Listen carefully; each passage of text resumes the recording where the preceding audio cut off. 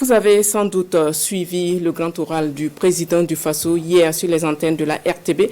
Après donc 4 mois à la tête du Burkina, le capitaine Ibrahim Traoré se dit satisfait des résultats atteints sur le terrain de la lutte contre le terrorisme. Un combat qui, selon le chef de l'État, fera bientôt plus de victoires. Sur le plan humanitaire, les ravitaillements se poursuivent et côté diplomatie, le Burkina s'est lancé dans la diversification des partenaires. Résumé de Draman Guéné. 120 jours de pouvoir, 120 jours de combat acharné. De grosses victoires sur le terrain, Solenzo, Tanwalbougou, Titawo, Falangotou, l'ascension est palpable un peu partout au front. Le capitaine Ibrahim Traoré a alors des motifs de satisfaction, même si pour lui, la stratégie de lutte n'est pas encore à sa vitesse de croisière. Le combat en tant que tel au sol n'a pas encore commencé. Nous avons une première phase d'établir une base de données en matière de renseignement, qui est très important pour nous, parce que la guerre, une bonne partie de la guerre, c'est le renseignement. Secondo, il y a des renseignements qu'il faut exploiter en même temps. Donc, ce qui nous amène à mener des opérations aéroterrestres de temps en temps pour s'attaquer à certaines bases et tout. Il y a aussi des localités symboliques qui avaient été sous emprise terroriste pendant quelque temps. Donc, ces localités ont été reconquises. Mais je le disais lors de mon passage à Solenzo, le plus important, c'est la consolidation. Donc, c'est cette phase qui est en cours, c'est-à-dire le retour de l'administration, puisque la population y est, le retour de l'administration, et maintenant trouver à faire des activités donc, à ces populations, et organiser le terrain de sorte que l'ennemi ne puisse plus revenir reprendre position sur cette partie.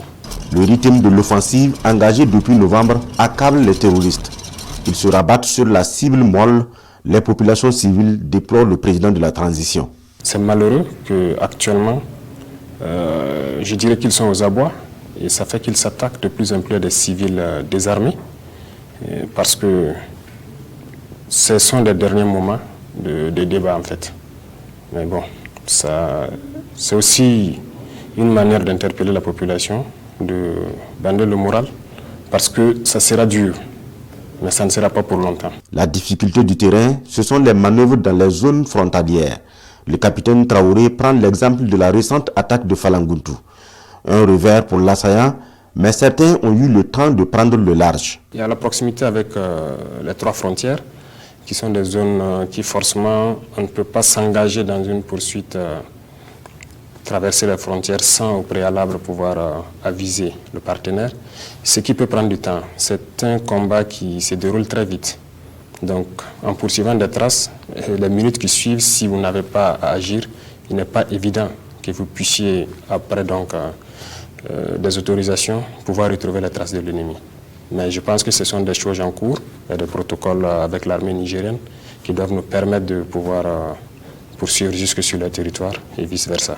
Face à l'ennemi, pas de négociations qui tiennent, martèle le chef de l'État, mais les combattants qui désirent revenir à la maison seront reçus. C'est juste des intérêts de certaines personnes obscures qu'ils servent. Et ces individus, s'ils comprennent le message, qu'ils puissent quitter ces rangs, nous sommes prêts à les accueillir, à les remettre dans la société pour qu'ils puissent travailler au profit de toute la société. Voilà, c'est de ça qu'il s'agit. Donc, ceux qui veulent déposer les armes, nous sommes ouverts et nous allons trouver le canal nécessaire pour qu'ils puissent appeler ou se rendre et puis le faire. Côté humanitaire, le ravitaillement des zones sous blocus est toujours assuré. Des bavures, c'est possible, mais c'est très souvent le mode opératoire de l'ennemi, précise le capitaine Traoré. C'est trop facile pour l'ennemi de venir agir pour essayer de vous mettre en porte-à-faux. C'est très facile, c'est une tactique aussi, ça existe. L'ennemi lui-même vient, il fait l'exaction et on crée automatiquement donc, cette flamme pour dire que voilà, ce sont les FDS. Combien de fois nos frères d'armes ont été attaqués par des gens, ce qu'on appelle la perfidie? Ils viennent en tenue, correctement habillés comme des FDS, et ils font les exactions, ils repartent. On dit que c'est des FDS. Et souvent même les FDS, donc de responsables de la zone, sont surpris. Qui a fait ça? Donc plusieurs fois, les convois même sont tombés dans des embuscades, des attaques ont eu lieu par confusion. Ils patrouillent, ils voient des gens en tenue, dans le même accotement avec le même type de véhicule, et subitement ils ouvrent le feu. Donc on appelle ça de la perfidie.